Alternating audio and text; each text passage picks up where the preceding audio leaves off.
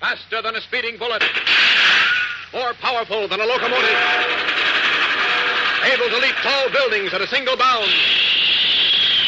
Look, up in the sky. It's a bird. It's a plane. It's Superman. Kellogg's Pep. P-E-P, Pep. Kellogg's Pep, the Sunshine Cereal, presents The Adventures of Superman.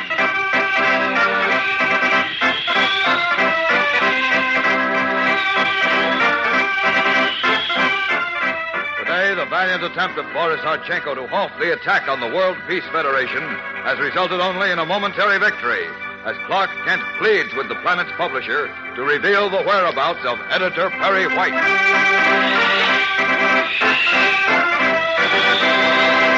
Hello there, gang. This is your pal Dan McCullough.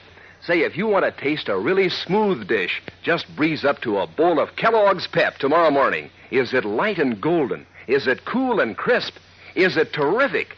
Why, Pep looks good enough to eat. And believe me, gang, there's good eating ahead when Pep, with cool milk and sugar, heads the breakfast menu. Every single flake is crisp and tender as a breeze. You dip your spoon in, and it comes up rippling with the light sunshine flavor Pep is famous for. So strictly delicious, it's really fun to eat. And say, speaking of more fun, you just take a look in your next package of Pep. You're in for a surprise. I mean a surprise prize. Because, listen, you may find an exciting colored cardboard model of an Allied plane, easy and fun to assemble. There are 7 model planes you can collect. Or you may find one of a great new series of 24 full-color bird pictures with a description on the reverse side to help you identify each of these birds when you see it. Or if you don't find a bird picture or a model plane, your Pep prize might be a bright-colored comic button with a famous character straight out of the funnies. One of the 18 swell buttons to wear on your beanie cap or jacket. Why, all 3 kinds of prizes are super. So get busy collecting them. Ask Mom to get a package of Kellogg's Pep, the Sunshine Cereal, right quick from the grocers. And now, The Adventures of Superman. A gigantic undercover plot against the World Peace Federation by Rufus Pelly, fabulously wealthy munitions magnate, has resulted in the disappearance of Perry White, editor of the Daily Planet. A secret henchman of Pelly's named Homer Smith is now in control of the great newspaper and is about to launch a vicious campaign against the Peace Federation. Certain that John Grayson, publisher of the Planet, held the key to the mystery, Superman traced him out to sea during a hurricane, rescued him from his sinking boat, and carried him to the home of a doctor in a small village on the coast. As we continue now, once more in his guise of reporter Clark Kent, he is questioning the newspaper publisher in the offices of Dr. Agnew, who has been called away by a patient. Listen. You've got to tell me, Mr. Grayson, where is Perry White? I don't know, Kent, I swear it. Does Homer Smith know? I don't know. Look, you didn't want to make Smith your personal representative on the Daily Planet, did you? Well, He forced himself on you, didn't he? Yes. Why? I can't tell you. Why are you terrified of Smith? What's he got on you? Please, Kent, stop it. I can't tell you anything. You've got to tell me.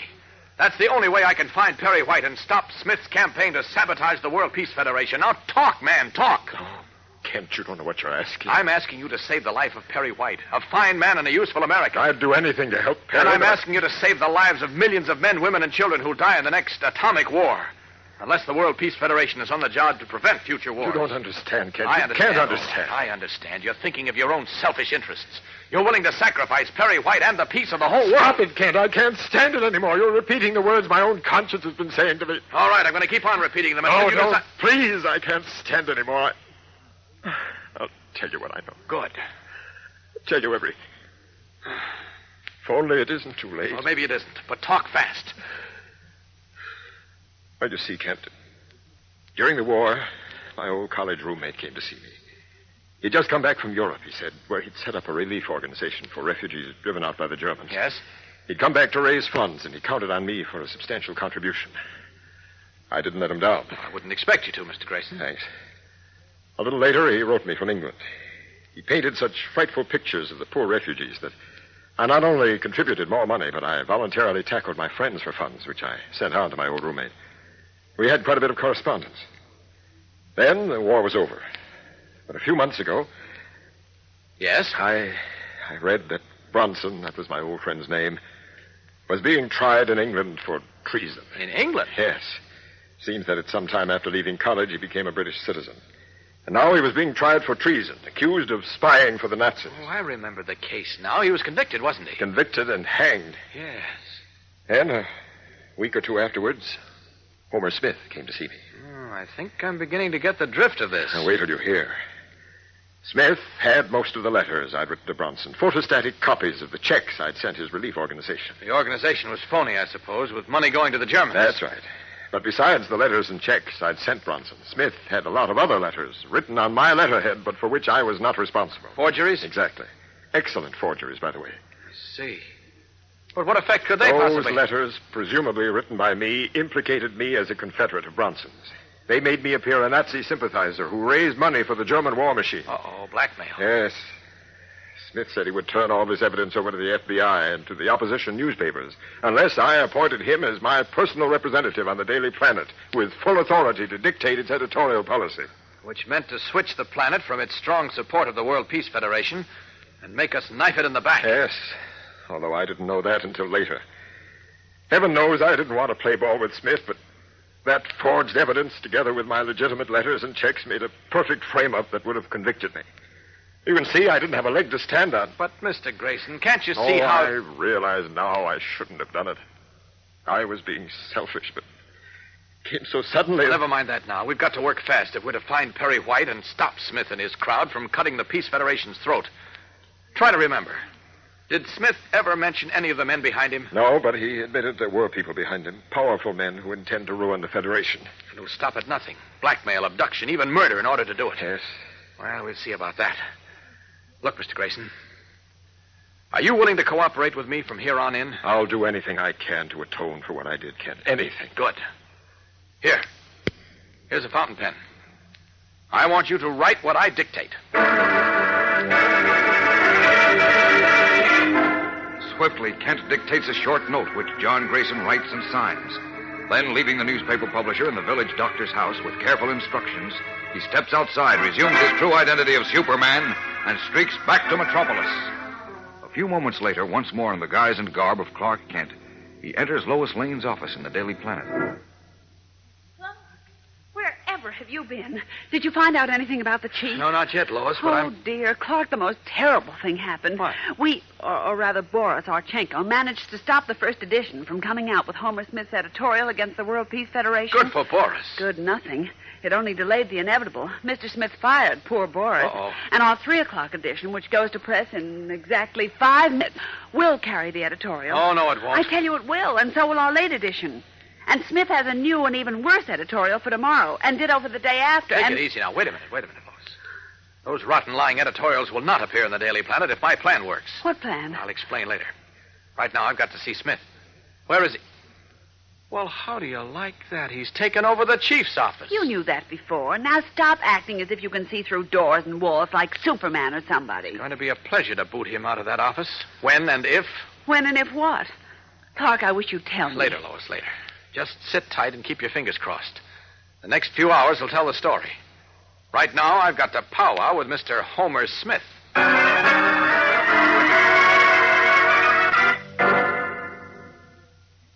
What's this, Kent? Can't you read, Mr. Smith? It's a signed order from John Grayson, publisher of the Daily Planet, stopping all further printing of the paper until further notice. Oh, nonsense. Ridiculous.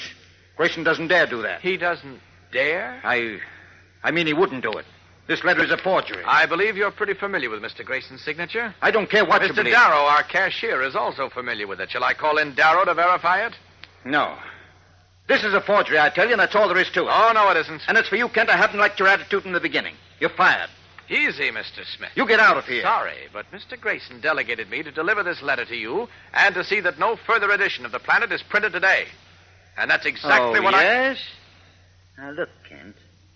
You're asking for trouble. Take my advice. Clean out your desk and leave the building as fast as you can. Thanks for the advice, but I'm not having any. I'm warning you. Thanks again. For nothing. I intend to see that no further edition of the Planet is published today. All right. You've had your say. Now I'll have mine. It's exactly 1 minute before 2 o'clock. In 1 minute, our presses will begin turning out the first evening edition. And not you nor anyone else can stop them. That's what you think. I know.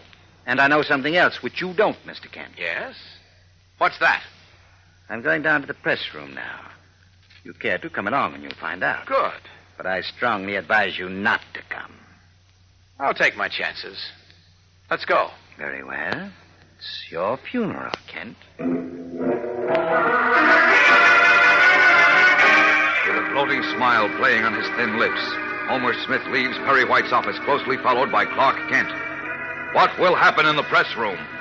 We'll return in a moment to find out. So stand by. Say, you want to go prospecting for gold these summery vacation days? Well, then, just breeze up to your breakfast bowl of Kellogg's Pep, the Sunshine cereal, and see how your spoon comes up rippling with golden, catchy flavor. Believe me, Pep's as good as gold when it comes to sharpening the edge of your morning appetite.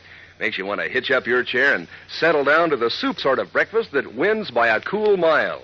Is this whole wheat flake cereal crisp? Is it tender? Is it delicate and light? Does breakfast get the glad eye when Kellogg's Pep heads the menu?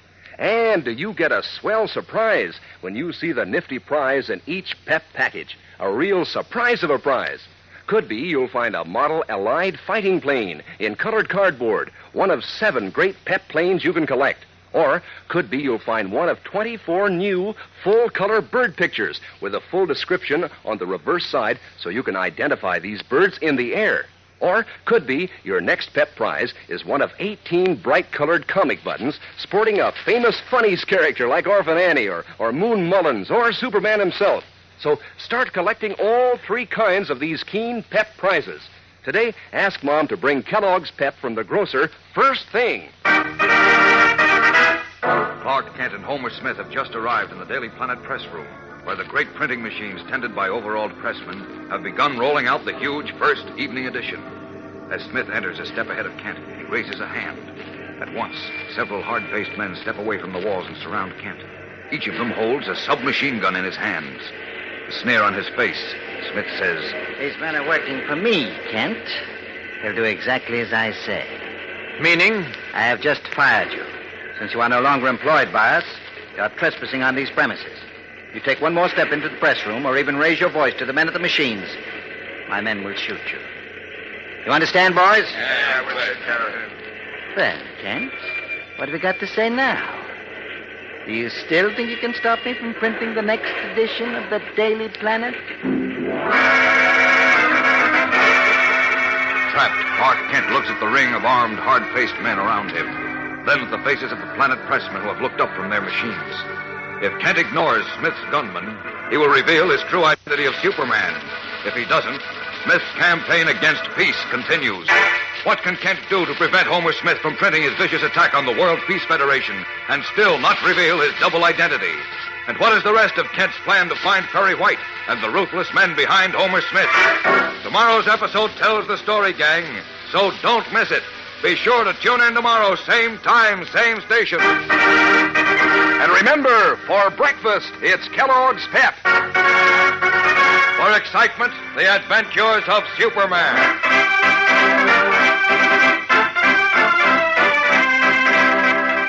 Superman is a copyrighted feature appearing in Superman DC comic magazines and is brought to you Monday through Friday at the same time by Kellogg's Pep, the Sunshine cereal.